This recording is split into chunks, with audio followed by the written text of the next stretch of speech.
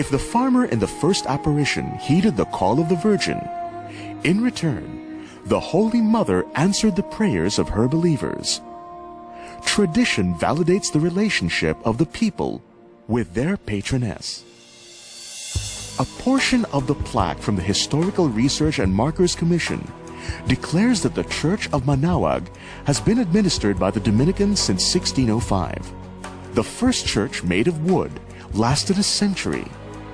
The second, construction of stone, donated by Gaspar de Gamboa and Agatha Yanta, was destroyed in the earthquake of 1892. A temporary church, again built of wood, was burned down during the insurrection of 1898. The image of Our Lady was spirited away and preserved during the Revolution. It was taken back to the Manaoag Sanctuary, where it was solemnly crowned on April 21, 1926, in the presence of thousands of devotees.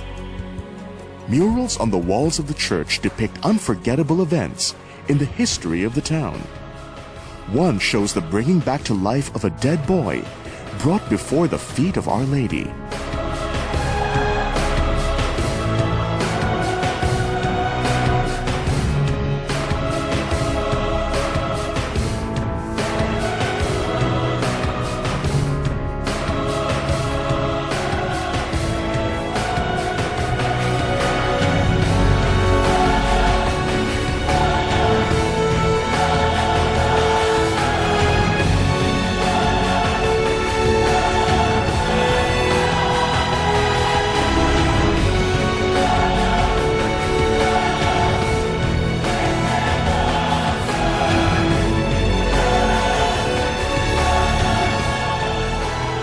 It is said that Our Lady of the Rosary saved Pangasinan and other northern provinces from the locust attack of 1698.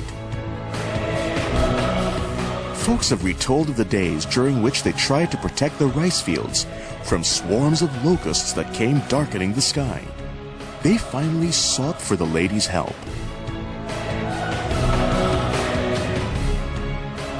After a procession, when they laid her image down in the midst of the devastation, the locusts began to destroy each other, and the land and sky were cleared of the pests.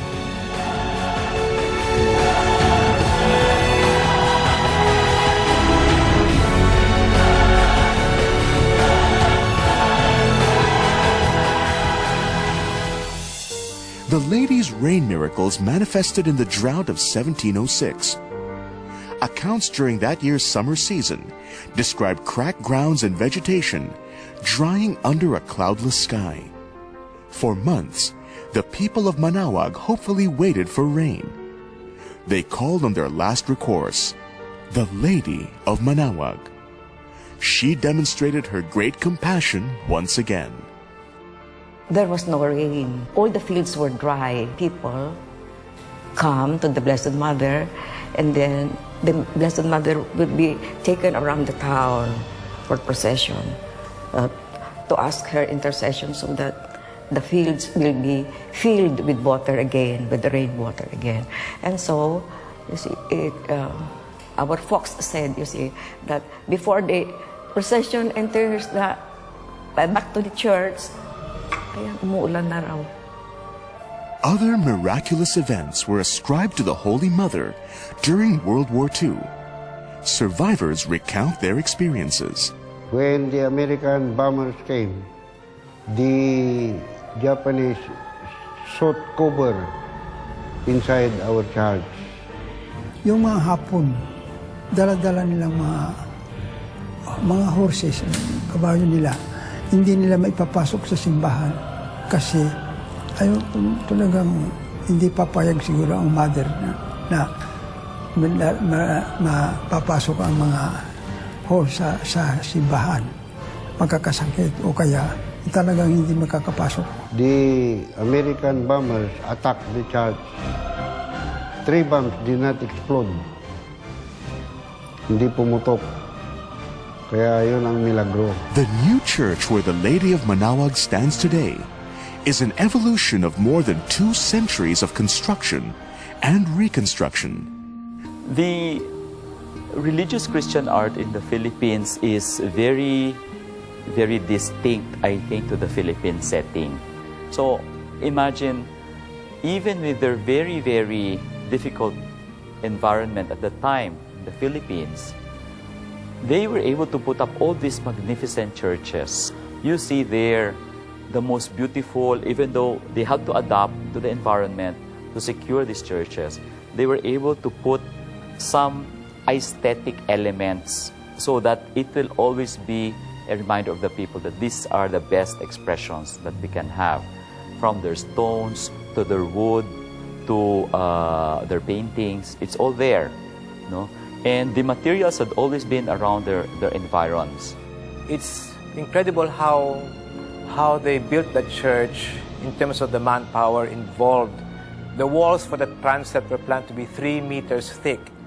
At that time, wala pa tayong mga kabilya, no? You needed foundations at least 10 meters deep to support those walls.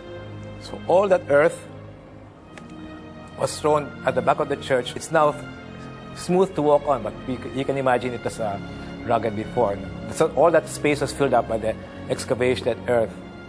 The work was slow, but everybody was pitching in. The priest says that you would even see young ladies from the elite going up the hill with the little baskets of sand and stone.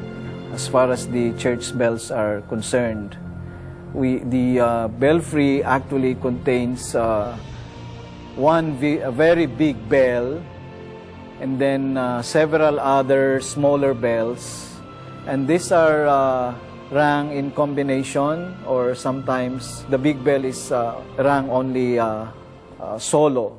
When somebody is dying, I would clearly remember that they would say tulong, and the sound is something like tang tang tang tang tang tang. It's like a pleading for prayer. So once you hear that, anytime during the day, it means you have to pray for somebody who is dying. We also have the Angelus at 12 o'clock,